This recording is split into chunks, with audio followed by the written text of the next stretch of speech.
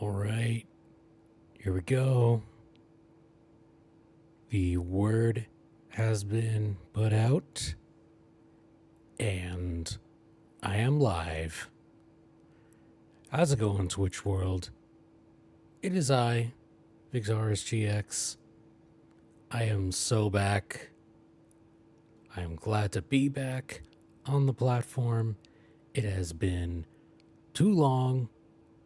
I feel it's been about 2 weeks, I think. That's a little longer than I preferred to be away from EU good folks here in Twitch world. And I am here tonight now so that I can show you guys some cool stuff that I got from Rocket City Retrofest in Huntsville. I went up there last weekend to hang out and meet some cool people and also spend some time with my mom because she lives up in that area, not in Huntsville, but like in the sticks surrounding it. Not unlike the kind that I reference here in my background, except her sticks are not as spooky or foggy. There's a lot more cows and chickens and manure smell. Yeah. Not my personal favorite place, but hey, it's my mom, so I've got to go and see her sometimes. People ask me, oh, so your mom lives in in the state. How far away does she live? And I tell them, far enough. That's it. Just far enough. Anyhow, let's go ahead and switch scenes.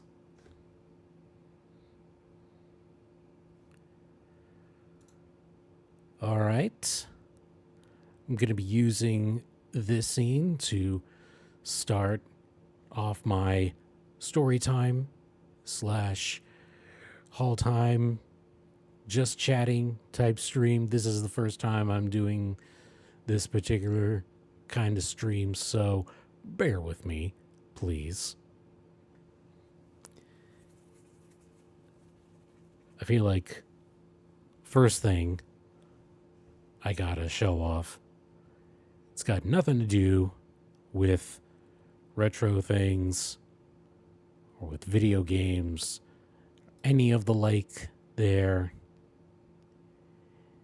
It's going to be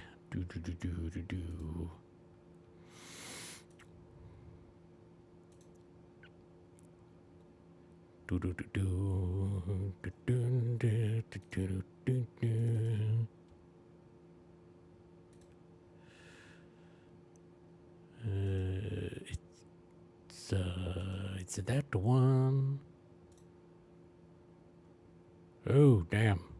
It just took up the whole freaking screen. Okay, let's fix that. Okay.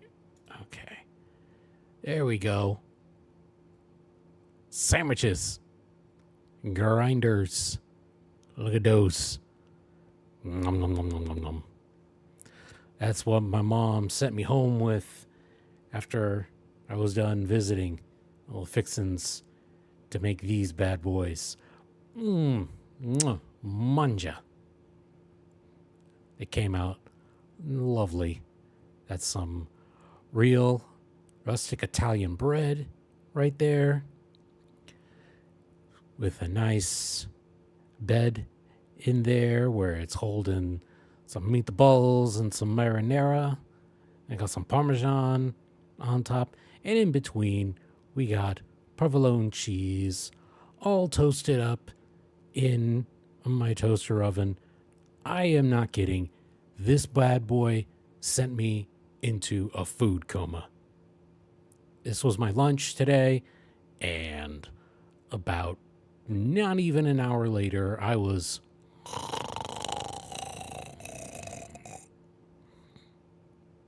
practically dead. And you know what? I would have died happy.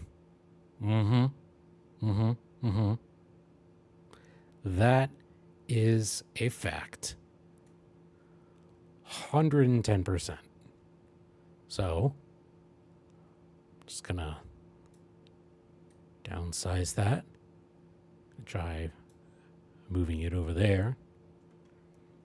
So, delicious sandwich. First part of the haul. Next, we got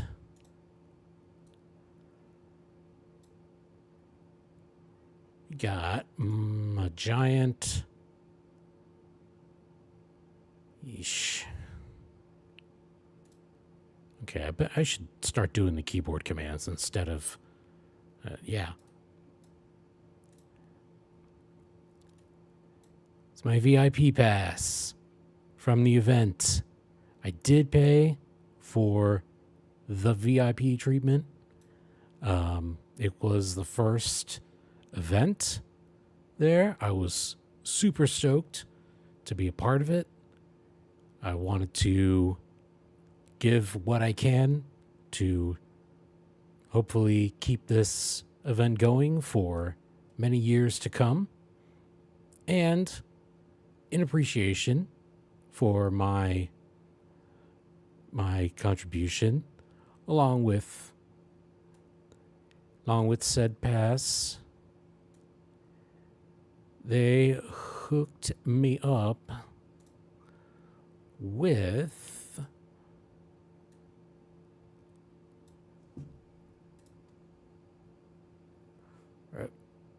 okay, now it's all right. This heckin' cool patch, because it's Huntsville, it's the Rocket City, and we've got this Gradius / space program inspired patch. Very nice. I am a big space nerd after all, so I really appreciated this beauty being part of their VIP package. So gonna put that right there. Well, move it over a little bit because I do have quite a few things that I want to show off.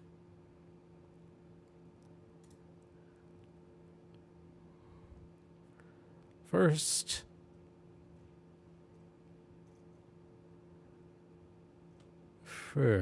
where should I start? Oh, what the heck.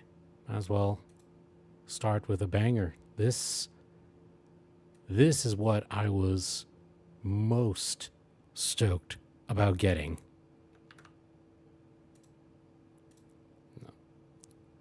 Once again, giant heckin'. Okay. Now, you might be assuming, buddy, this is just a normal Donkey Kong Country cart. No, not so. Not so. You see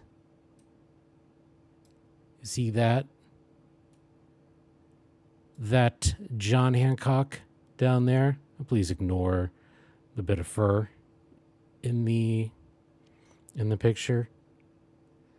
We nothing but mammals. That's what we got. But that is the signature of Mr. David Wise, who was the audio engineer, composer of the Donkey Kong Country series, and was one of the special guests that was present. I was really excited to meet him because I am a big fan of video game tunes. You know, most of my music playlists, like you go into my YouTube music library, half of it off the bat is just music from video games, music inspired by video games. I've got freaking you know, I must have like a dozen different versions of Bad Apple in there, as well as stuff from the FNAF fandoms, a little bit of Poppy Playtime. I've got, of course, some rock and techno remixes of some of my favorite NES titles and Genesis titles and Super Nintendo titles and just all kinds of music. So I was very excited to meet Mr. Wise at Rocket City. I got to tell him face to face, hey, you know, Mr. Wise, you changed the entire paradigm of water levels with your work on the Donkey Kong Country series. First water level you drop into, you know, your DK, you're riding on that swordfish, and what kind of music is playing?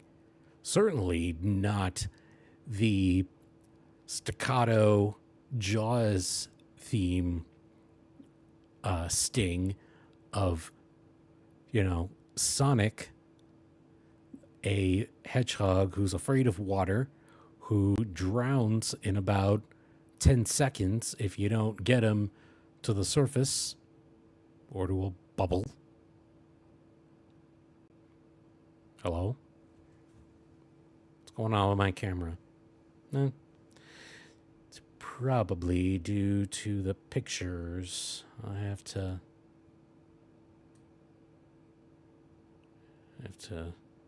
go ahead and size some of these down. See if that might help. But yeah, I mean, you think about stuff like, you know, the Sonic the Hedgehog series with the drowning countdown. That is freaking trauma-inducing for, you know, veteran retro gamers. And don't even get me started on TMNT for the original Nintendo. The damn level, come on. Race against time to defuse all those bombs, trying not to get, I don't know, like electric shocked by the weird ass seaweed in there, or strangled by the other, you know, like tentacle seaweed. It's crazy. It's crazy. Stressful. But not in Donkey Kong Country. Nope. Not here. You go into that first water level, I can't think of it off the top of my head. We're just chilling. Big chilling. Like, I could sleep to this. I could study to this. I could meditate to this. It's almost transcendental. Good vibes. So, yeah. Got to let the man himself know how important that was to me. And I think he really appreciated that. He told me that he was actually working on a project of chill vibe music. And I told him, you should do that.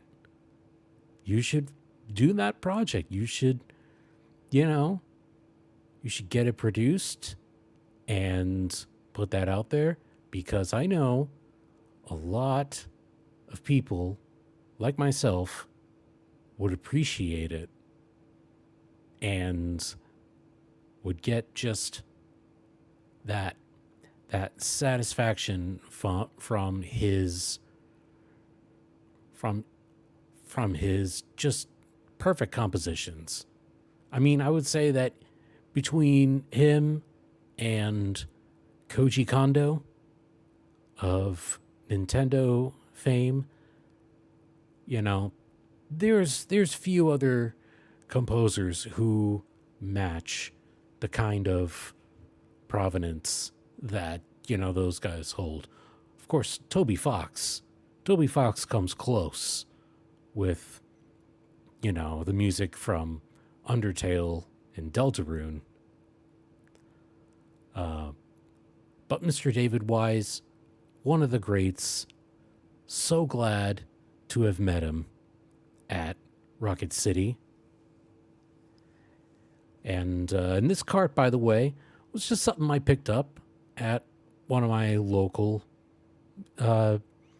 game, you know, retailers. Yeah.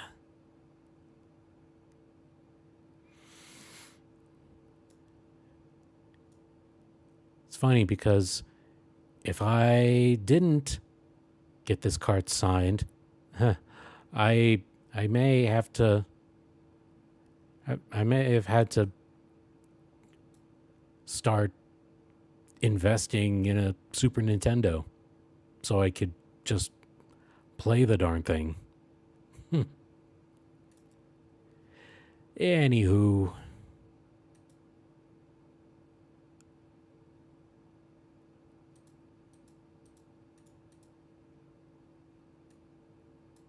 Yep. Gotta size that down. Moving on. Okay. Here's a good one.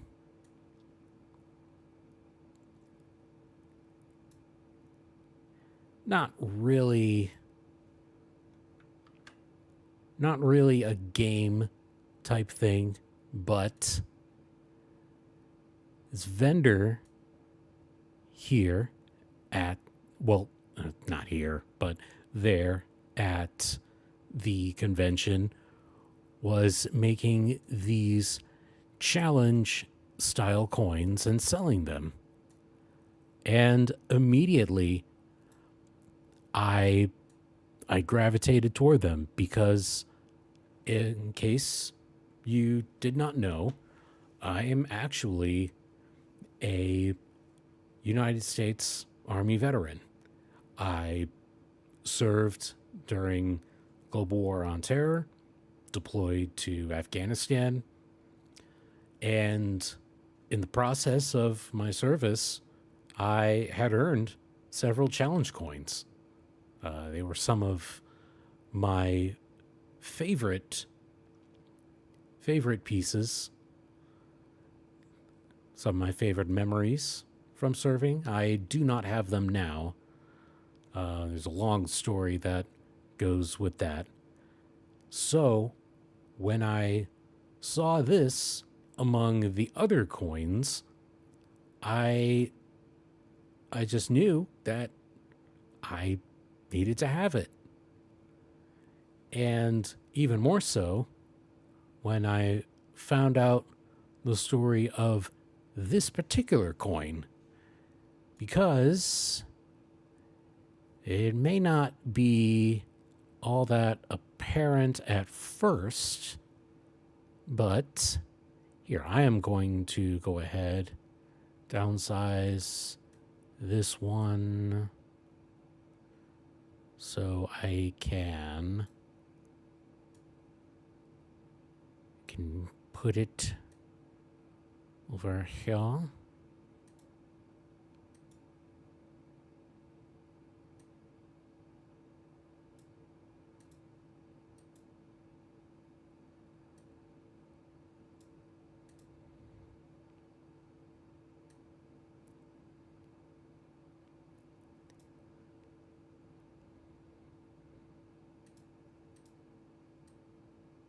Oh.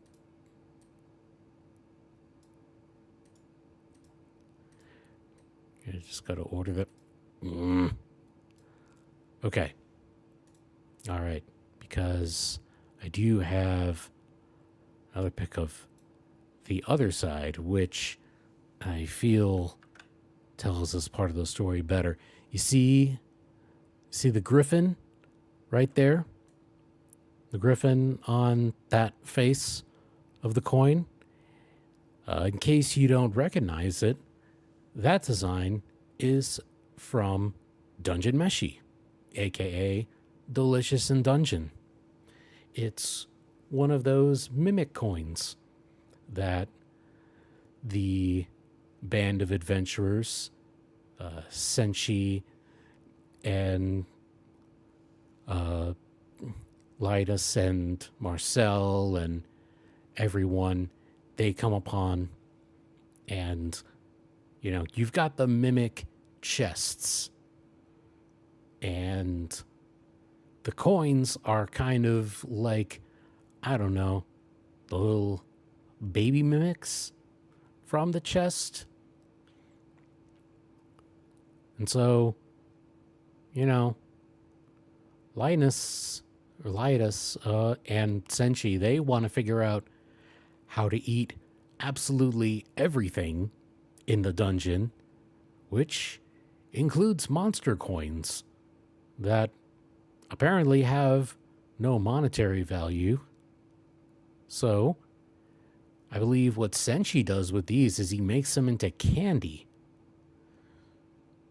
Kind of, you know, kind of like a proto chocolate coin or candy coin type deal. Quite clever, as Mr. Senshi is. And so I knew that I had to get one of these because Dungeon Meshi is one of my favorite animes. Really good series on Netflix. If you purport to be a fan of the anime arts and you have not seen Dungeon Meshi, what are you doing? You should definitely watch it. And yeah, that's my coin.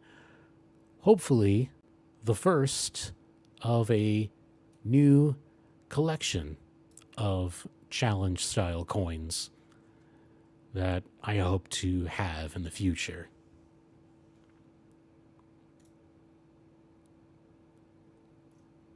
All right. Now, let's get into some more of the nitty gritty here. Can I show you? Okay.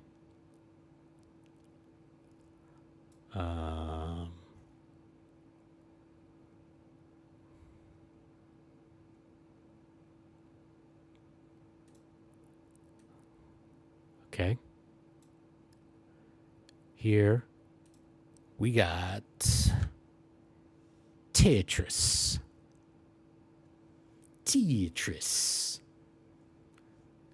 I am a big Tetris superfan. And I already have a Tetris cart in my collection. But as I was walking around the expo, checking out the things on different tables, I mean, there were CIBs for other Nintendo games, you know, like Ninja Gaiden, like, Bubble Bobble, all kinds of titles, and they were retailing for, you know, like 40, 50, 70, 80, over $100. But this one stuck out to me. I mean, granted, you can see the price there. It's only $20. I'm a little wary about that price tag, by the way, because I really wish that they didn't put that on there. I mean, come on, the box ain't pretty. It's seen better days. Look at it. I mean, but that is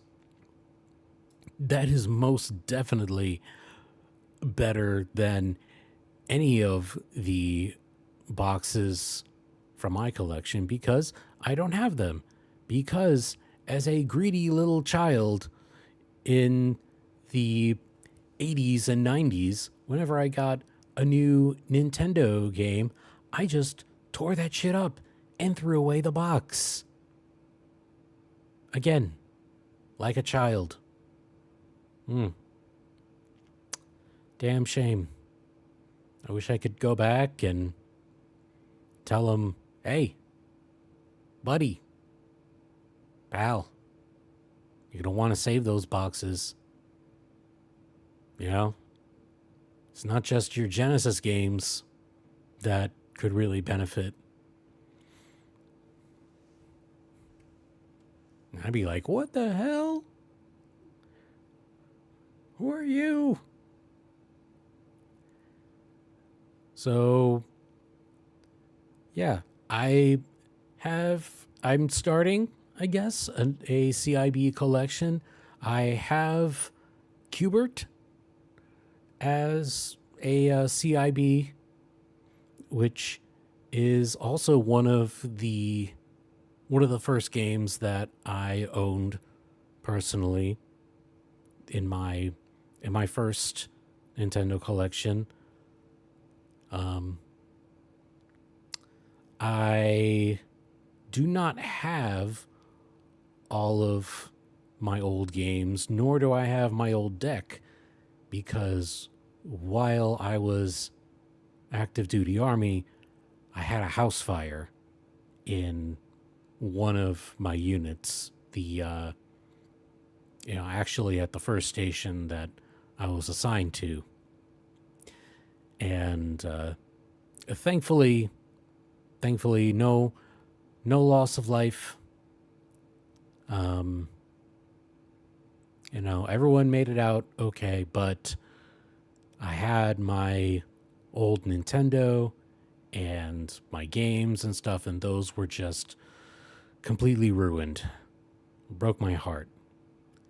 So I have spent some time building back my old collection with as many titles as I can remember, and of course, adding to that collection with new favorites, new old games, new old favorite games, new old stuff. Yeah. And so, yes, of course, Tetris had to be one of them. Again, I'm a self-professed Tetris superfan. I was very excited to have this in my collection. Oh, I was so excited about getting this at the time that the lady manning the booth at the time, she was taking over for her husband, who had the Square reader that they were using. I was planning to pay with debit, but her husband had the Square reader, and I didn't have the cash on me at the time for it. But wait, I do. I do, because like an old person, like a Gen X slash Zennial coded individual, I had an emergency C note in my wallet. So I busted out that hundo, and I'm like, well, if there was ever an emergency to use it, this would be it. So yes, Tetris. What do we have next? Let's see.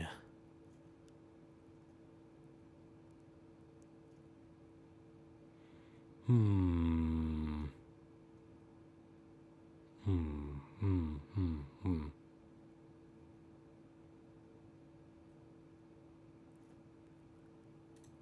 Okay.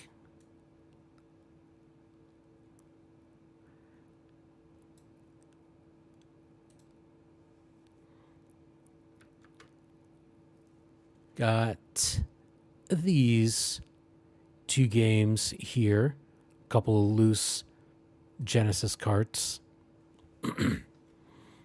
I actually have quite a few loose games here in this haul and in my collection overall.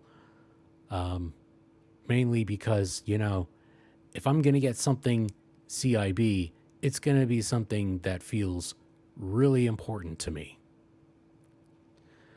Otherwise, hey, I just want the games, and I want the vibes, and whatever good feelings, good memories come with them. And so I saw these and knew I had to get them because I do have a Genesis, and I would like to stream, more, not just Nintendo, but Sega games. We've got on the bottom columns, kind of, Sega's answer to Nintendo's whole, embargo on the Tetris series. I don't think that Sega ever got an official port of Tetris, aside from, I think there was a weird arcade version that only came out in Europe. Yeah, that's the only instance of Tetris on old Sega hardware that I know of. But Columns is a really great game, really fun. Knew I had to pick it up. And then on the top, we have Revolution X, based on the #1 arcade smash. Music is the weapon. Ow! Oh, fuck, I'm old. Oh, but yeah, this was one of my favorite arcade games. Obviously, the Genesis experience is not going to be like, the original arcade game. I mean, look at, TMNT2, the arcade game, as compared to the OG ROM. yeah, big difference. Big difference there. I have not played this version. Really excited to though. I mean, it could be a crap game, you know. Again, I am just here for the vibes. Here for the games that I had slash wish I had growing up. Because I'm an adult. And I can do that. I have adult money. I can spend adult money on adult things. And not so adult things. Don't you judge me. Well, this is a haul stream, so I guess you already are judging me. Ha! Ha! Okay. What's next? What is next? What have we got? What have we got?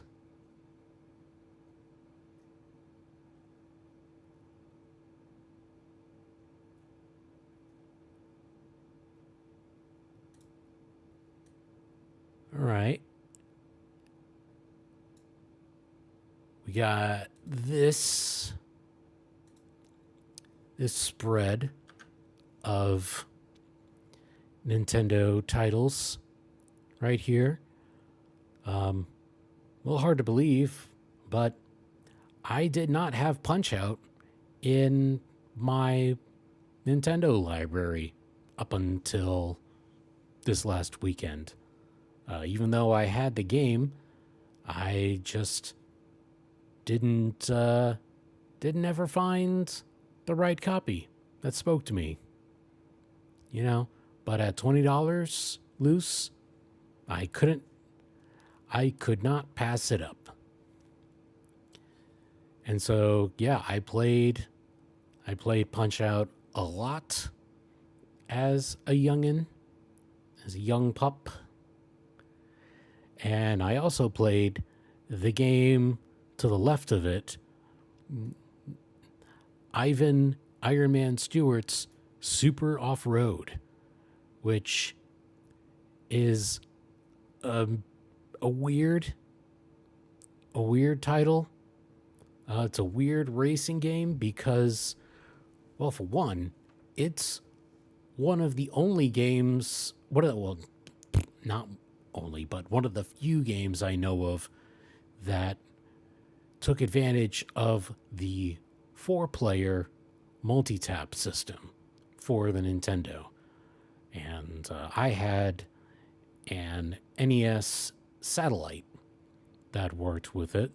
So, I mean, I didn't have 3 other friends to play this with. I have one brother, and we would play this, the two of us. Controls are kind of weird, though. They're not. They don't work like you would expect. Like the D-pad, basically, you're basically going in a circle, okay? But the D-pad turns the cars on an axis, either left or right. And of course, you've got, A and B being your gas and your brake. I feel like it would have done better if the D-pad directions actually took the vehicles in the direction that you wanted them to go. Like, you wanted the truck to travel up the screen, you pressed up. You want it to go right, you pressed right. No. That is not the case. Not the case at all for this game.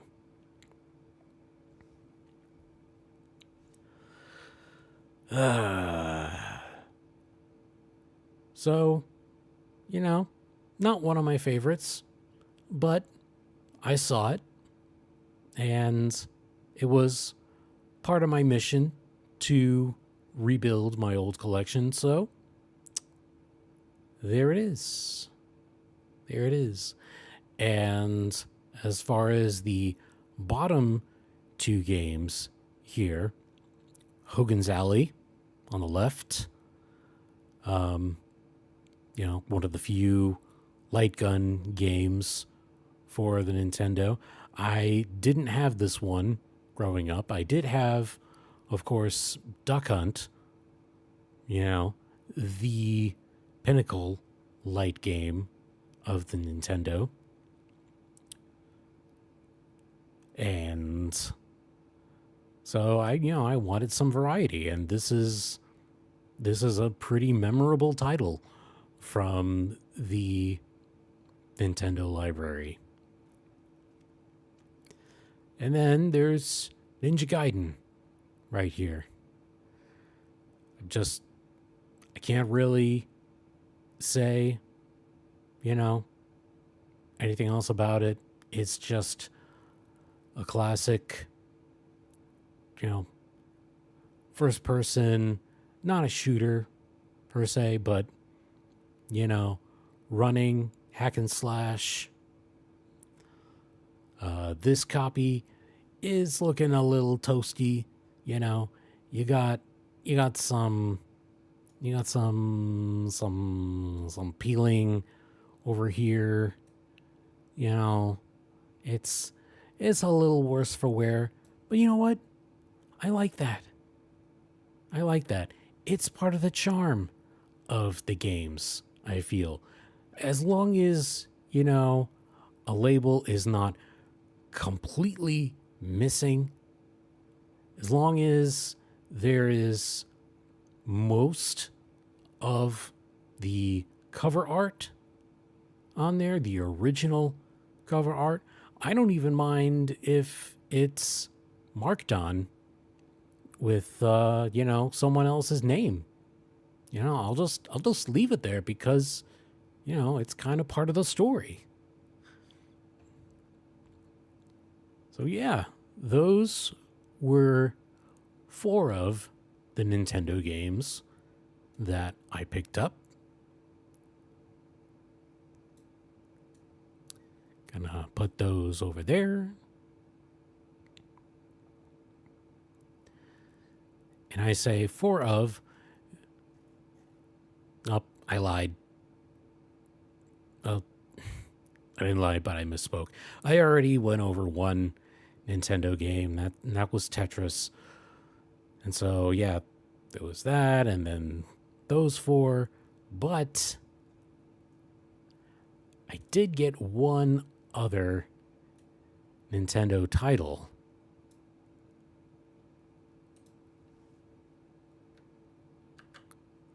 Well, technically, I ended up getting 3 because, or 2. Well, let me just explain. All right. We've got over here on the right an Nintendo copy of Hudson's Adventure Island. You got, it's a classic platformer type game with Master Hudson, the caveman, running around, collecting fruit, stomping on bad guys, like most platforming characters do. And I had to get this because,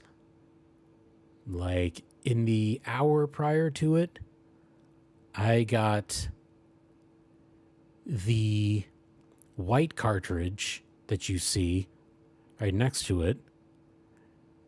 See, it's got the same art. That's because that is Adventure Island on the Famicom cart. See, I have an NES toaster, which is, the classic NES deck, that most of us American kiddos got.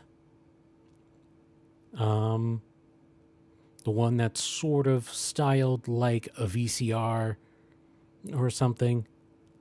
Um, Thing is, it's got a lockout chip in there.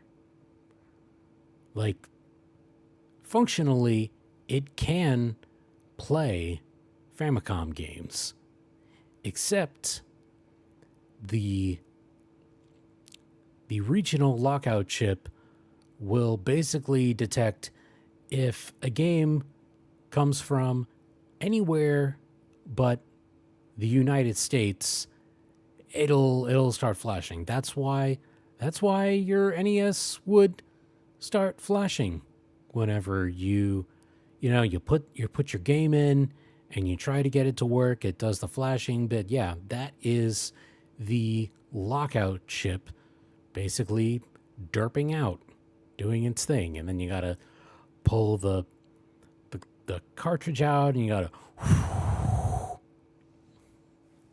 which is not good for the cart, by the way, because that sort of invites corrosion. With your spit, you put the spit droplets onto the cart, and the air gets to it. You got corrosion happening. You don't want to hawk to your NES carts. That's not the one you want. Where was I? Ah, right. Regional stuff. So, I went ahead and did the hard mod on my toaster, where you open it up, you get to the motherboard, you find the lockout chip, and you carefully disconnect the one pin that makes it function, as intended. So you disable the regional lockout while preserving the overall functionality of the system. And so, and obviously that little cart isn't going to fit easily in your toaster. So I have an adapter that I use in order to play Famicom games in my NES. Now, why do I have these two Famicom carts? Well, aside from,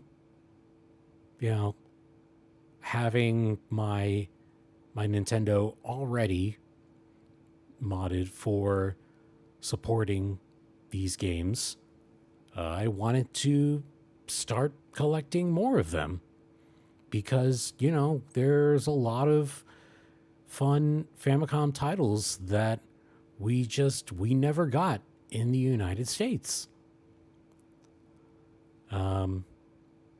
So I went scouring all over the expo looking for Famicom carts. I kid you not. These two that you see on the screen right now, they were two of the only 4 Famicom carts in the entire hall. Like, the entire room with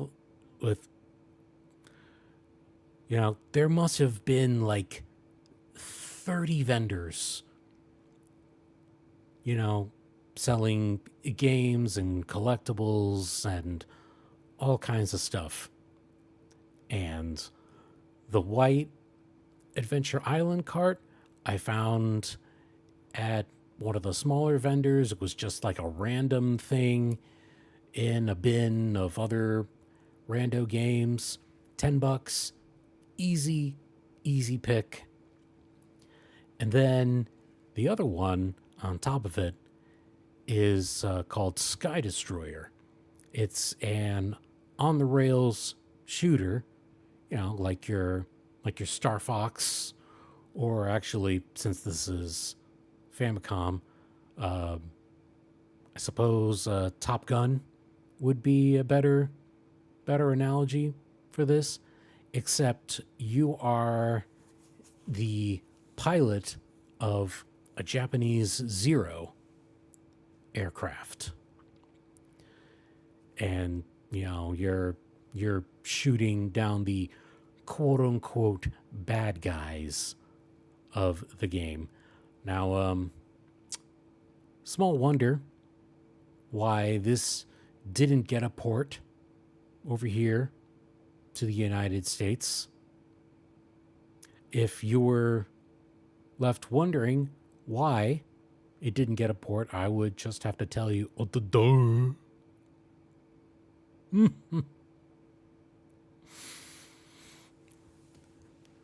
But at any rate, these were two of the only 4 carts I found in the expo, and the other 2 happen to be Dragon Warrior 2 and 3. And I own Dragon Warrior 3 as well as Dragon Warrior 4 on Famicom. And I wanted some variety. I could have got 2, but I haven't even really gotten that deep into 3 or 4. So, it's gotta keep things interesting. And so, when I, after I found the Adventure Island Famicom cart, I found the NES version, picked that up as well. I'm very interested to plug them both in. I have not tried either of these yet. I'm interested to see what differences, if any, there are in between the two.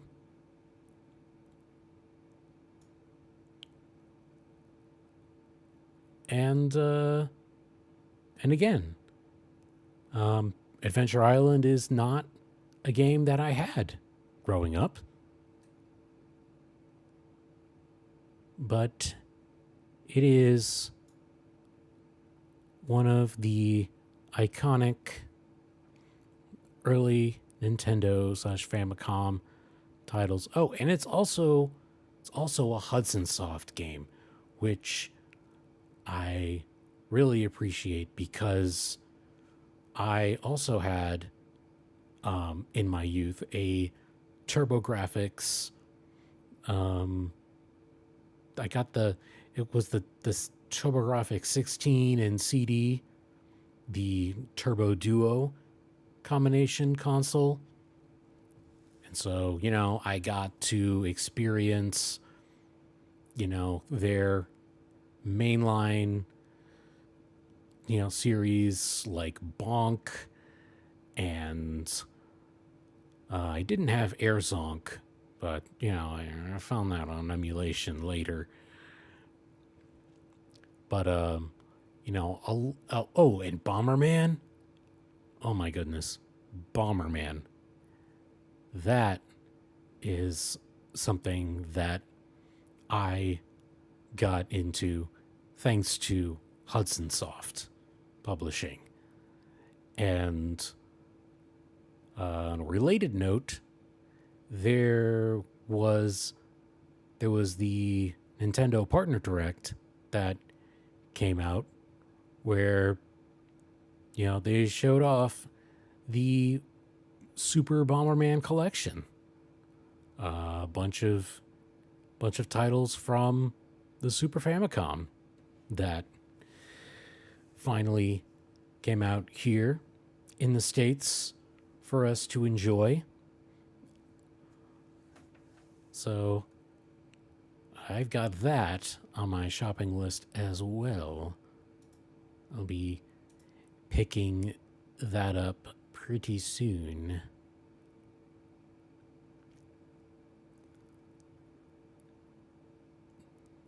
And where are we going to go from here?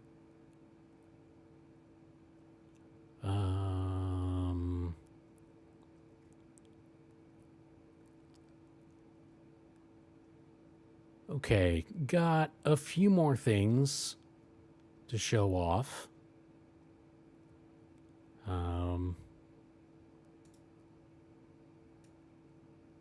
This is just a fun little anecdote I've gotta do. I have got to shout out these guys, Secret Castle Toys and Games, based out of Tennessee. Or no, I'm sorry, Kentucky. Kentucky, yes. Owensboro, I think. I had visited the store one time on my way back down from visiting PAX East, which, if I go back here to, no, that. Go here to this particular item here, this pass. If you were to look behind, hello, my camera, behind my Rocket City pass, there's my PAX East pass from last year. And so it was on my way back from PAX East that I stopped in to Secret Castle, and I got to meet up with this guy. Come on. This guy. New guy. Matt. Team Matt. Yeah. For those who might not be aware, Secret Castle Toys and Games has a pretty big following going on the YouTube. They've got... Hang on. I gotta resize some of these things. Free up some memory.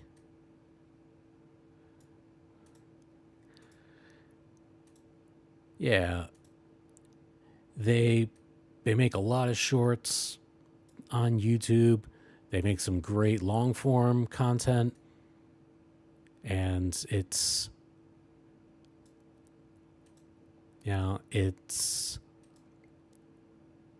the folks there. You've got Amanda, you got Jason, and you got Matt, the new guy. And again, they just make some great retro gaming content.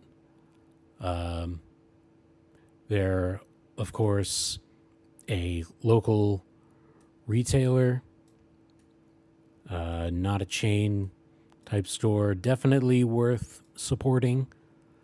They do have an online store, so you could check them out there.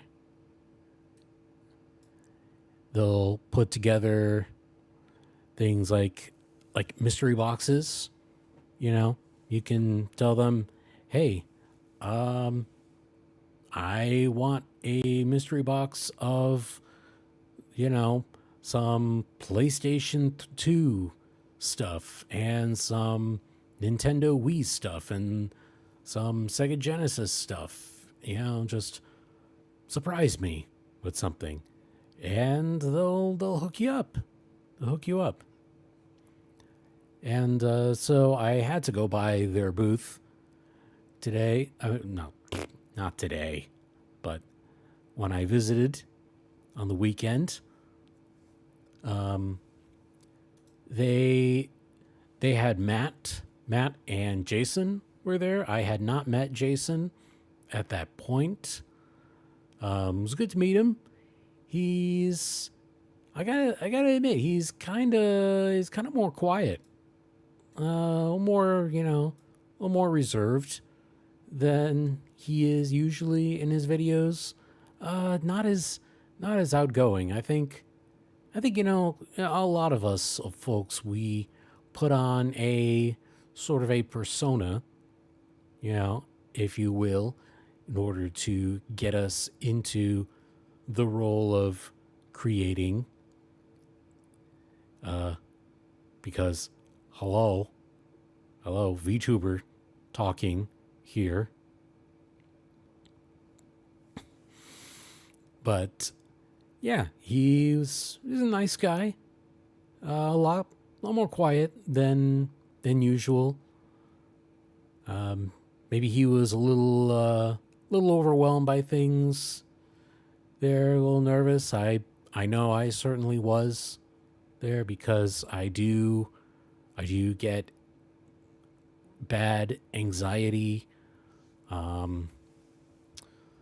PAX East was actually kind of rough on me because it was a huge event that felt like Disney World crammed into a warehouse.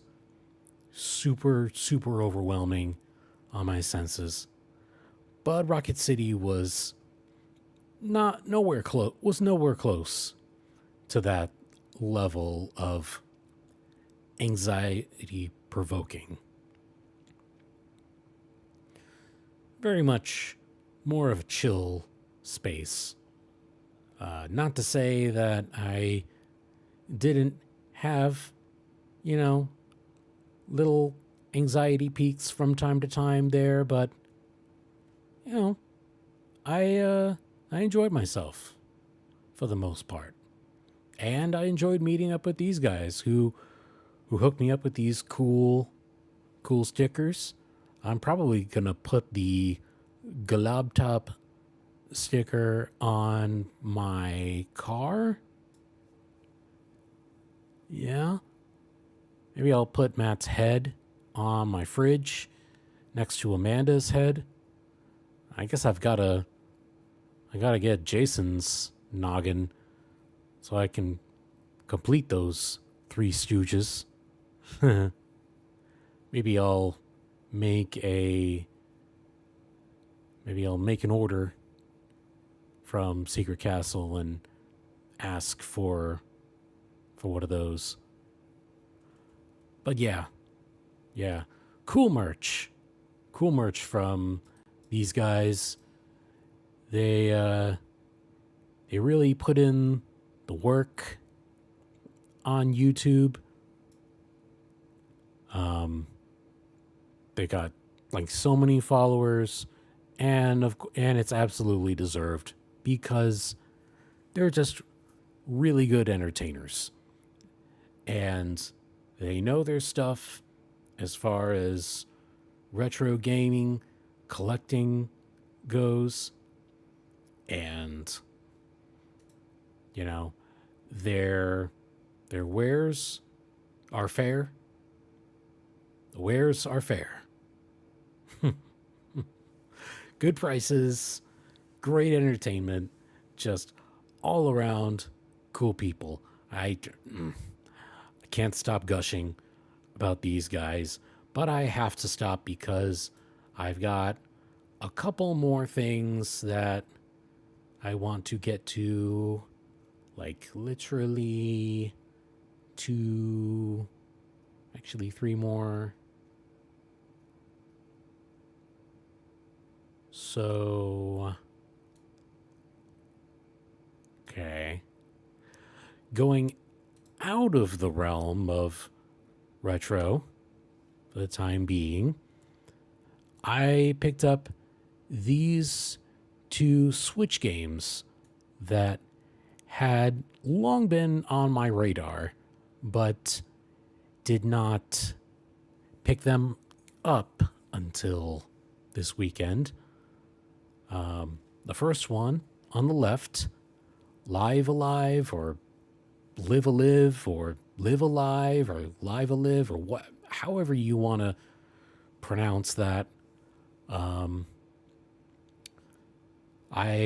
remember playing the demo of this I really enjoyed it. I really like the premise.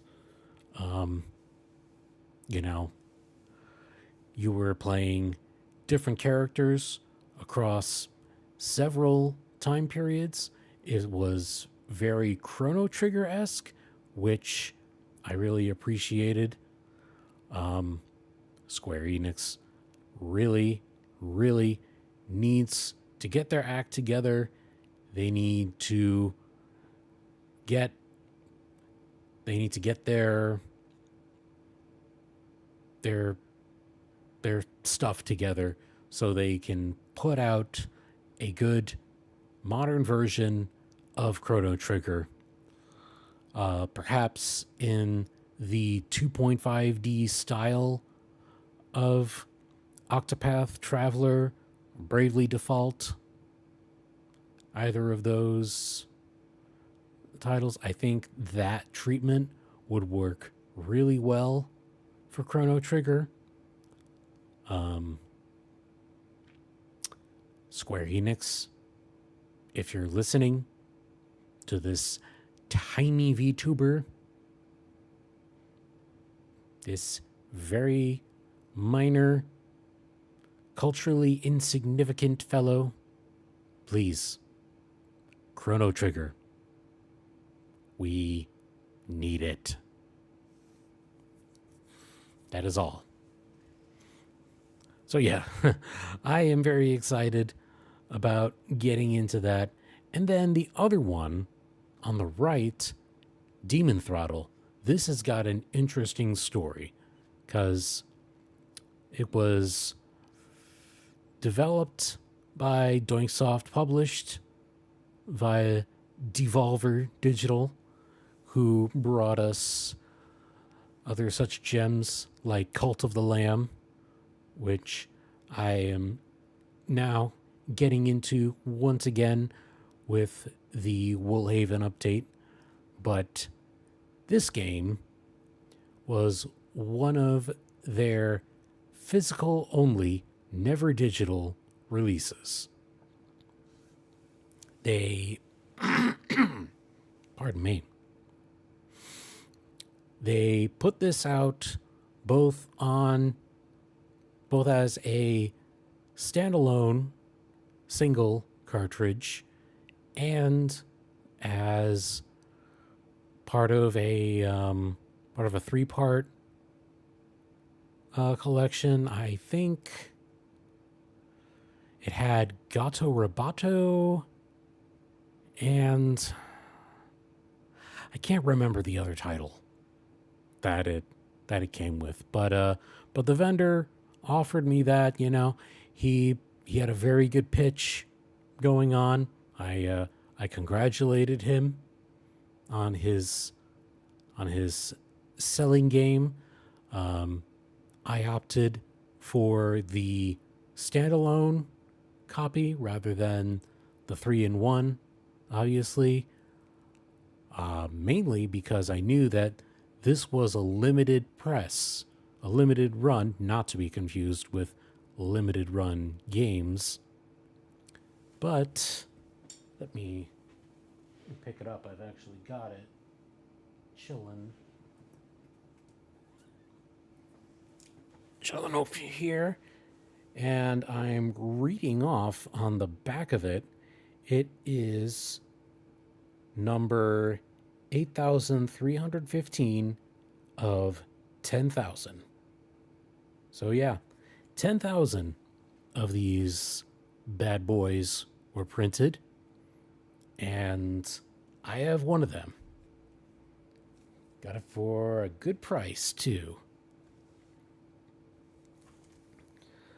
And as far as the game itself, it is a top-down shoot 'em up, but sort of in the style of Castlevania, because you've got these two characters on the cover, one of them being a monster hunter and a lady vampire. They're questing together because reasons. It just looks like a very, very fun game. I am very interested in playing it, you know, on and off stream. Definitely am not wanting for streaming fodder this year. It is already shaping up to be a banger year in streaming. And so, I got one more thing to share. Something not in the way of software, but in strict hardware. And that is a boosh. This thing. This bad boy. The NES Advantage, arcade style joystick controller. This is something that I had growing up. So when I found this in a bin of other less pretty looking NES Advantages and other peripherals, I knew I had to pick it up. I had to. Because, well, I only have the one, D-pad controller and light gun for my game, for my Nintendo. And if I were to ever want to have friends over to play, they would probably need their own controller. So, saw this, knew I had to pick it up. Again, it was the best looking out of the bunch. There were a couple that were looking much more toasty, like the buttons were discolored, the casing was discolored. One of them had spots of rust on the back panel. That was not going to do. Even some were advertised to have, broken buttons. So, yeah, of course, I went and I fished this out of there. The pick of the litter, the cream of the crop. Hello, my face.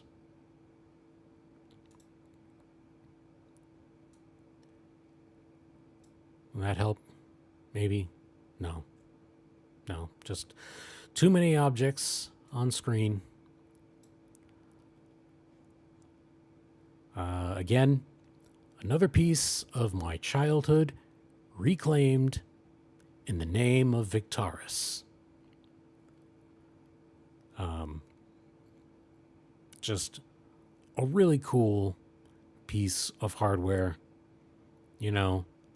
The dual turbo buttons and the prototypical slow mode, which was just, a rapid oscillation of the pause button, which worked better for some games than others.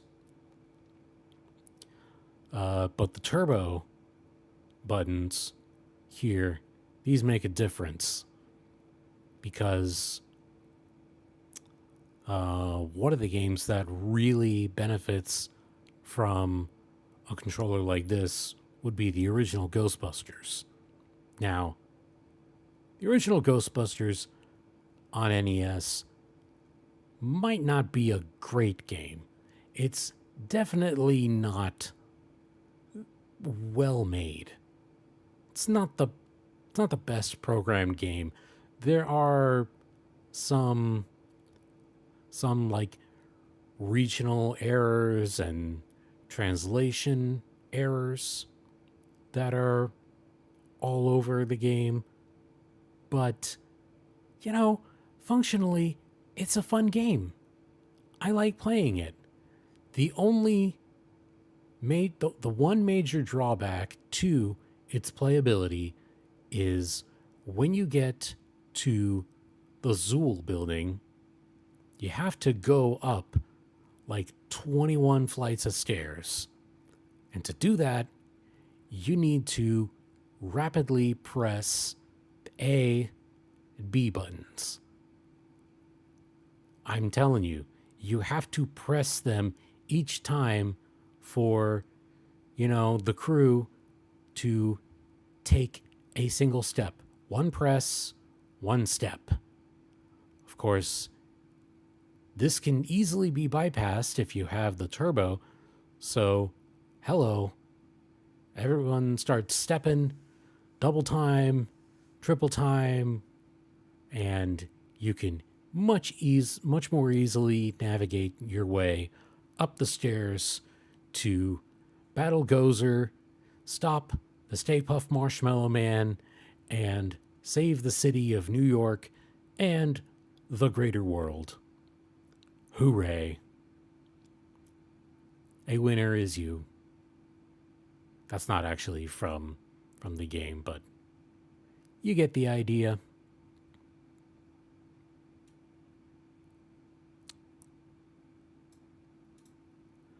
So yeah, there it is. That is my haul. Well, aside from sandwich. Sandwich. I'm just going to go ahead and remove that. Yes. Because I could use all of the available memory that I have. That was my haul from Rocket City Retrofest.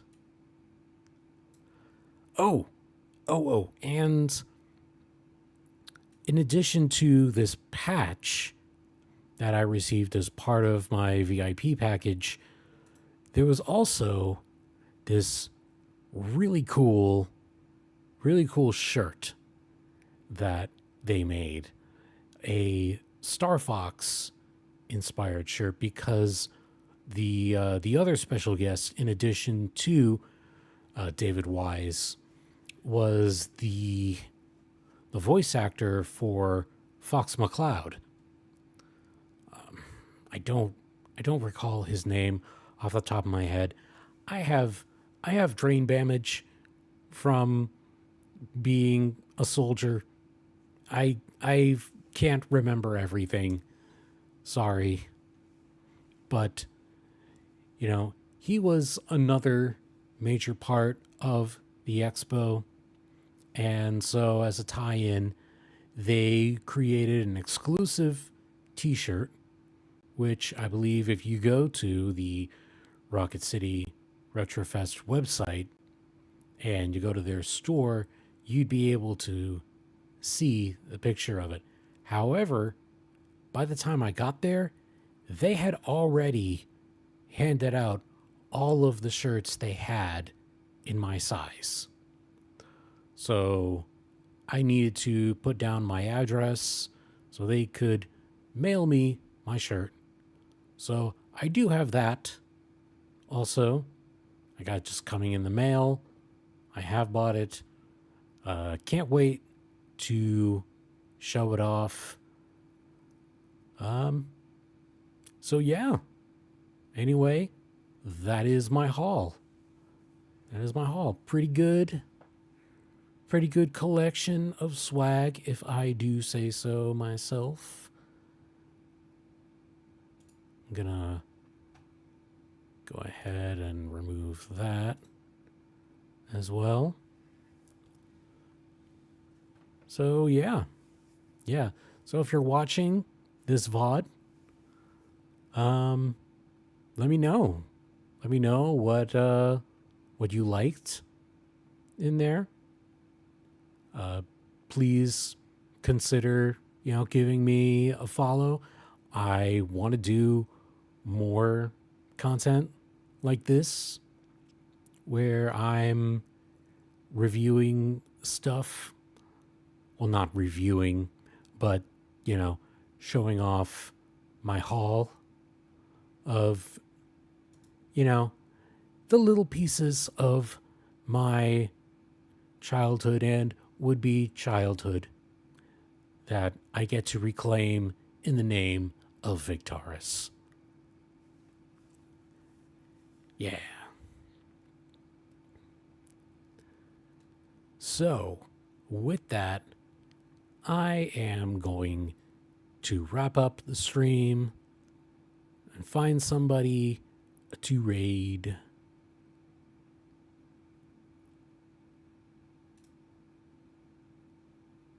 Time to raid, time to raid.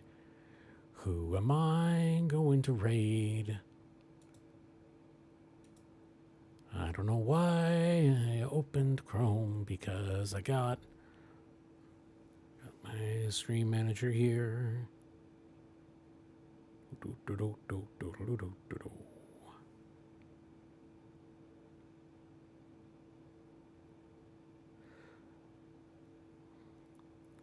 Okay, let's see.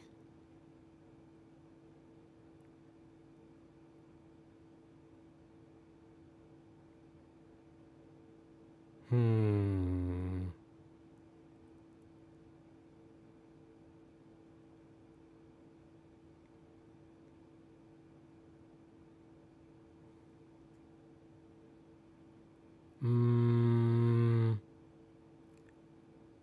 I'm gonna go right into Shell Shock. Shell Shock Prime. They are doing a Majora's Mask stream. So yeah, that's where I'm gonna go from here. Again, if you are seeing this VOD and you enjoyed what I showed, I would highly recommend giving me a follow because yes, I would like to do more of these haul streams. I do retro gaming streams. I do Warframe streams, sorry. And actually, I'm coming up on a very big Warframe milestone in a week from today where it will be my 365th daily login. So, very excited for that. I would definitely encourage you to check me out then. Oh, I also have a Discord server. It's got an open invite. There's a link in my about page. Yeah, on my Twitch. You can check that out. Get all of the alerts for whenever I go live. And I do intend on going live more often because new year, want to make new habits, and yeah, gonna try to improve. Gonna try to do more, do better, do greater, do all the things. Hello, Raid? Oh. Okay. All right. Well, off I go, and I will see you all in the next one.